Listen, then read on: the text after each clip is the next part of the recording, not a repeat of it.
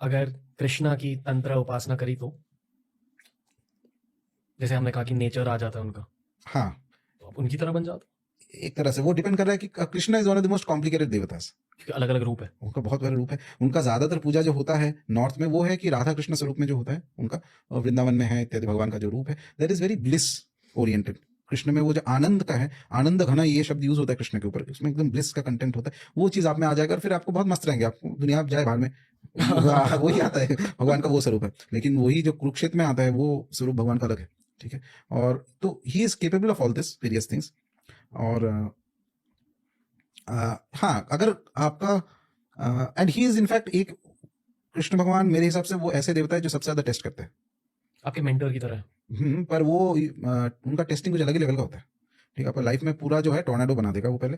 तो कुछ भी आपका बाकी डिजायर वगैरह है, अगर if it really comes to your life, हाँ, एक पूजा तो हजारों लोग कर रहे हैं, उनका इतना पॉपुलर देवता है, पूरा इंडिया में हो रहा है। लेकिन एक है कि वो मैं जो भी बात कर रहा हूँ वो स्टेज के लिए बात कर रहा हूँ जो एकदम कनेक्शन बन गया है पूरा प्रॉपर वाला, वो डाउटफुल हाँ हाँ मेरे साथ भी लग रहा है कुछ कुछ हो रहा है वैसा नहीं, एकदम कोई डाउट नहीं है। और उसका उसका टेस्ट कैसे होता है, एकदम सीधा सा टेस्ट है। कोई भी देवता आपके पास से भी गुजर गया ना, आपका माइंड को स्पिरिचुअल प्लेन में खींच के लेके चला जाएगा, और उसका लक्षण होगा कि आपका ध्यान एकदम केंद्रित हो जाएगा तुरंत। It is the first thing. बाकी मटेरियल बहुत अच्छा हो गया, ये हो गया वो हो गया, कुछ फर्क नहीं पड़ता, वो कोई भी दे सकता है। बहुत सारे लोग हैं स्पिरिचुअल पॉजिटिव नेगेटिव सब वो सब कर सकते हैं, लेकिन ध्यान को आध्यात्मिक स्तर पे कोई नहीं लेके जा सकता है बिना एक देवता के, किसी में वो पावर नहीं होता है। तो कृष्ण भी आपके पास, भगवान कृष्ण भी आपके पास आएंगे तो वो ऐसा अवस्था हो जाता है कि आप दुनिया को छोड़ने के लिए तैयार, कुछ भी कर सकते हो, nothing matters, you just want to be with him. और कृष्ण उपासना का एक प्रधान तत्व ये होता है कि he is the only male, everybody else all other souls are females. उनसे ज्यादा he is Purushottam, is the greatest of पुरुष। पुरुष तत्व ये होता है कि उसमें एक स्टिलनेस रहता है, सिंगुलरिटी, एक स्टिलनेस रहता है पुरुष में। जो स्टिलनेस ज्यादा अपने शरीर और मन में ला सकता है, हैंडल कर सकता है, रख सकता है, प्रोजेक्ट कर सकता है, इंटीग्रेट कर सकता है, उसमें पुरुष तत्व उतना ज्यादा है। दो ही पुरुष है पूरे यूनिवर्स में, एक है शंकर भगवान और एक है कृष्ण। कृष्ण वो पुरुष है जो दुनिया में आता है, अपना धर्म का काम भी करवा देता है सबसे, और जो है, और शंकर भगवान ऐसा है कि वो is outside of the system, वो अपने कैलाश में बैठे हुए देख रहा है।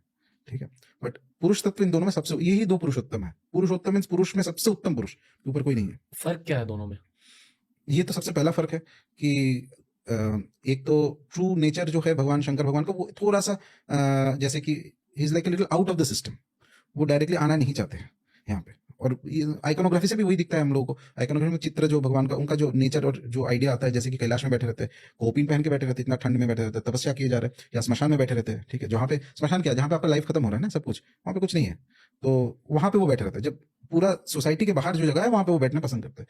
और विष्णु जो है वो अवतारित होते हैं धर्म का रक्षा के लिए। जहाँ पे धर्म अधर्म ज्यादा हो जाता है, he will come and he will set the balance back. ये पहला डिफरेंस है। और एक बहुत क्रूशियल डिफरेंस है शंकर भगवान और विष्णु भगवान के इसमें, कि शंकर भगवान सिस्टम से बाहर रहते हैं एक तरह से, जैसे मैं बताया कि स्मशान में बैठे रहते हैं, या तो हिमालय के ऊपर कोपिन पहन के उतने ठंड में, वो उनसे ज्यादा तपस्या करने का क्षमता किसमें नहीं है, किसी में नहीं है। और उनका ये जो पूरा तंत्र साधना वगैरह सब उन्हीं का देन है दुनिया में, वही उन्हीं ने वो सब आइडियाज जो है, वो जो नॉलेज है वो पृथ्वी में दिया है लोगों के लिए, ताकि उस लोगों को फायदा हो कलयुग में और आगे के इसमें।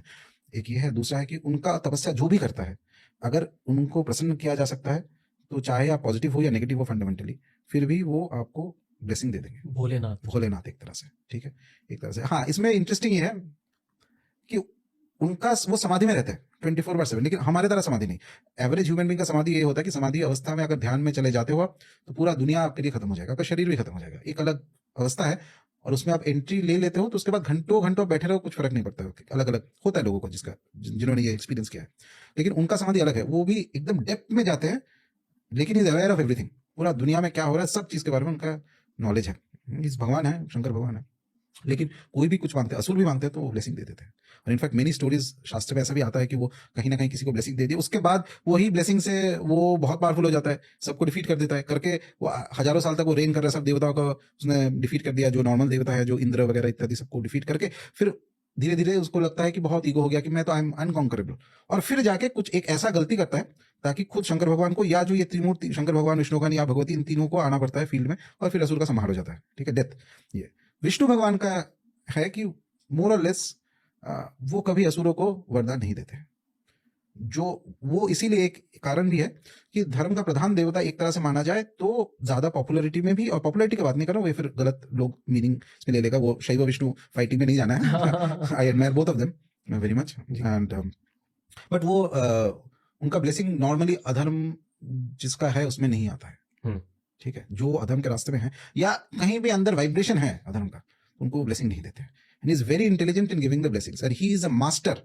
विष्णु, भगवान Vishnu is a master in destroying असुरस। उनका हम लोग एक थोड़ा सा इमेज बना दिया है भगवान कृष्ण का कि वो रासलीला में है। रासलीला तो एक तत्व है, बहुत कॉम्प्लिकेटेड है, इसको आम जनता के लिए नहीं है वो चीज। वो जो साधक है उस स्तर में जाता है उसमें होता है, वो एक शक्ति आपके दिमाग में चला जाएगा ना, आपके शरीर के अंदर सब नदी they will start dancing, it is like the gopis, और वो एकदम ब्लिस है, अलग चीज होता है। लेकिन वो कभी असुरों को नहीं देते, नेगेटिव चीजों को कभी नहीं देते, असुर को संहार करते। और वर्ल्ड में, in the world of human beings, उसमें अगर आपको स्पिरिचुअल परिवर्तन लाना है तो कहीं ना कहीं, चाहे कोई भी किसी का भी पूजा करे, कहीं ना कहीं विष्णु का ब्लेसिंग, विष्णु भगवान का ब्लेसिंग एकदम मैंडेटरी है। बिना इसके आप नहीं कर पाएंगे, क्योंकि ही इज उनका और एक नाम है नारायण।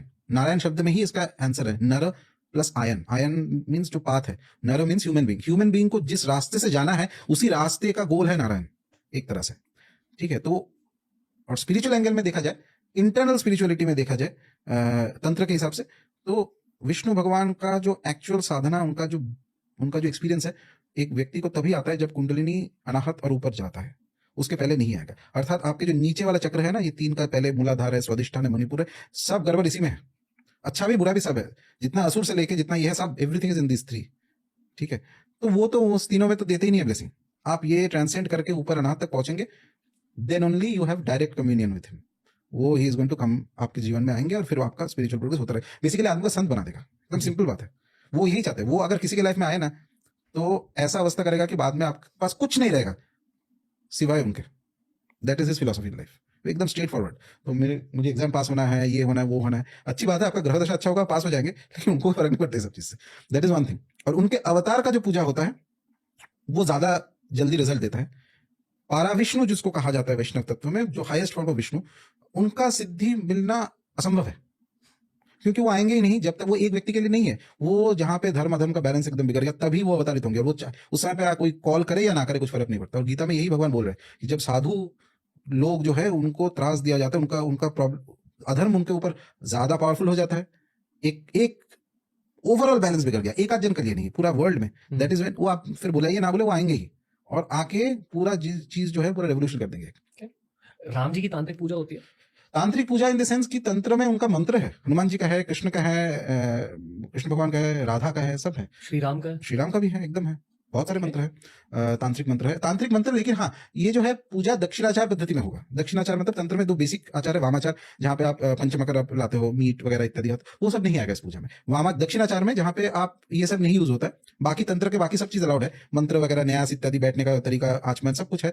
सिर्फ वो मीट, अल्कोहल, ये सब चीज यूज नहीं होगा। उस पद्धति में आप भगवान राम का पूजा कर सकते हो, बहुत बढ़िया रिजल्ट आता है। वो मंत्र आप कोई करता है, लेकिन लाखों जप करना पड़ता है उसका। आप कह सकते हो मंत्र? नहीं, मैं नहीं बताऊंगा, बट एक बार मैंने किया था उनका।